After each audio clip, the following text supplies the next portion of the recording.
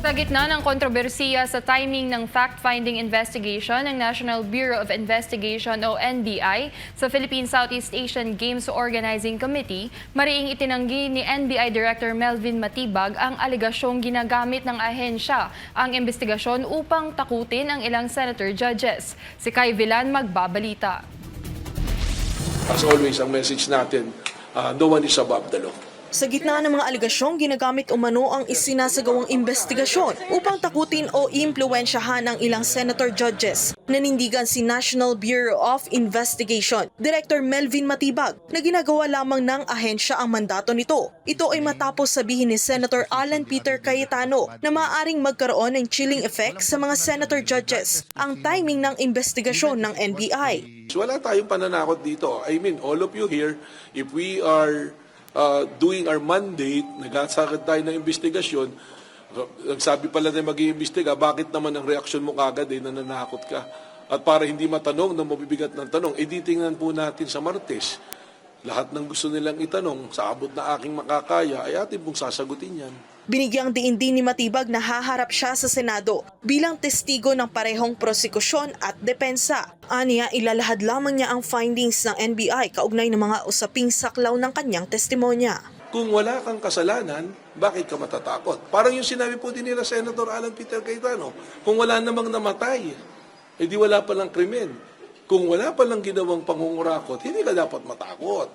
Dahil lang natakot ka lang kung meron kang dapat itago. Samantala, sinabi naman ni Matibag na posibleng ipatawag pa rin ng NBI si DPWH Secretary Vince Dizon upang magbigay linaw sa isinasagawang fact-finding investigation kaugnay ng FISGO.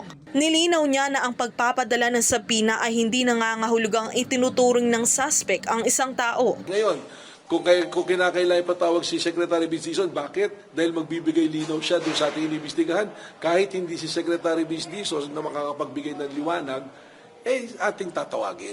Matatanda ang isa sa mga naging usapin sa ika-6 na araw ng impeachment trial, ang fact-finding investigation ng NBI sa Philippine Southeast Asian Games Organizing Committee o FISGO. Iniimbestigahan ito kaugnay ng umano'y unliquidated funds at kawalan ng bidding sa sports complex na ginamit sa 2019 Southeast Asian Games. Para sa Diyos at Pilipinas ko, Mahal Kai Villan, SMNA News. Iginiit ng Malacanang na walang layuning manggipit ang National Bureau of Investigation o NBI sa planong investigasyon nito sa umano'y mga irregularidad sa 2019 Southeast Asian Games. Kasabay nito, nilinaw ng palasyo na naimbestigahan na noon si DPWH Secretary Vince Dizon kaugnay ng issue at napawalang sala sa naging investigasyon. Si Crezeline Catarong magbabalita. Pumalag ang ilang senator judges mula sa minority bloc sa planong investigasyon ng National Bureau of Investigation o NBI sa umunoy mga irregularidad sa 2019 Southeast Asian o SEA Games. Kasunod ito ng pag-anunsyo ni NBI Director Melvin Matibag na sisiyasatin ang umunoy 10 bilyong pisong unliquidated funds sa SEA Games, kung saan si Senator Alan Peter Cayetano ang nooy chairman ng Philippine SEA Games Organizing Committee. Sa impeachment trial ni Vice President Sara Duterte, kinwestiyon ni Cayetano kung maaring magdulot ng chilling effect sa mga senator judges ang planong investigasyon bago ang nakatakdang pagharap ni Matibag sa Senado. Ipinahayag naman ni na Senators Alan at Pia Cayetano na maaring ginagamit ang planong investigasyon upang takutin ang mga senator judges at ilihis ang atensyon mula sa impeachment proceedings. The chilling effect is there, but am I intimidated? Wala na akong choice. Ilalabang ko na to, gagawin ko yun ang dapat kong gawin. Bumaliktad man yung sitwasyon, si President Marcos ang ini-impeach and I felt a certain way, ilalabang ko rin. Chief Justice man ang i-impeach, ilalabang ko rin. But for the record, Mr. President, go ahead and investigate. Tingin mo may mali, iimbestigahan mo. But is it unfair to me and unfair to the court that kung kailan siya patatawag siya sa Monday, intimidate mo ako, hindi kita tatanungin sa Monday dahil mag-a-announce ka na iimbestigahan mo? What was the intention here? To distract the minority floor leader, who is one of only 2 lawyers right now, because our other lawyer was already carted off somewhere. So dalawa lang kami. So you wanna distract him. So ako na lang ang tatayo dito. Hindi na siya makakapag-aral. Yung ba intention? Stand up. He is distracting us from our job. As Senator Alan said, he could do it quietly. Go ahead. Anong purpose niya? Nagyayabang siya? What's the purpose? Is he trying to intimidate us not to ask him tough questions when he is our resource person next week? I do not know. May tugon naman dito ang Malacanang. Iginit ni Presidential Communications Office o PCO Undersecretary Claire Castro sa Palace briefing nitong Huwebes na bahagi ng mandato ng NBI ang pagsisiyasat sa mga aligasyon ng katiwalian kaugnay ng 2019 SEA Games. Itinanggi rin niya na layunin ng investigasyon na gipitin o takutin ang mga senator judges sa impeachment trial. Unang-una po, mandato naman po ng pamunuan ng NBI na mag-imbestiga kung meron po silang naririnig, nalaman na anomalya. Hindi po kailangang utusan ng Pangulo.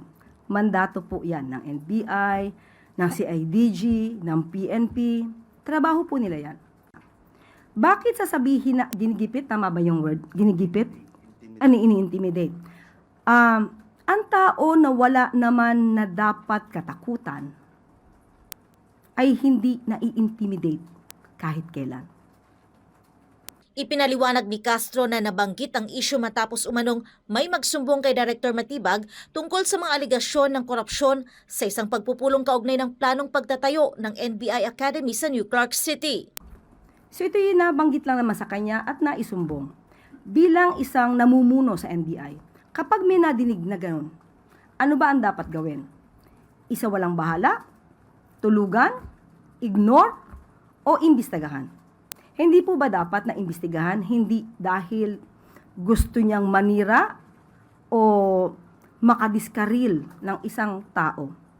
Samantala, nilinaw din ni Castro na walang kaugnayan ang timing ng planong investigasyon sa naging palitan ng pahayag ni na Senator Alan Cayetano at Director Matibag.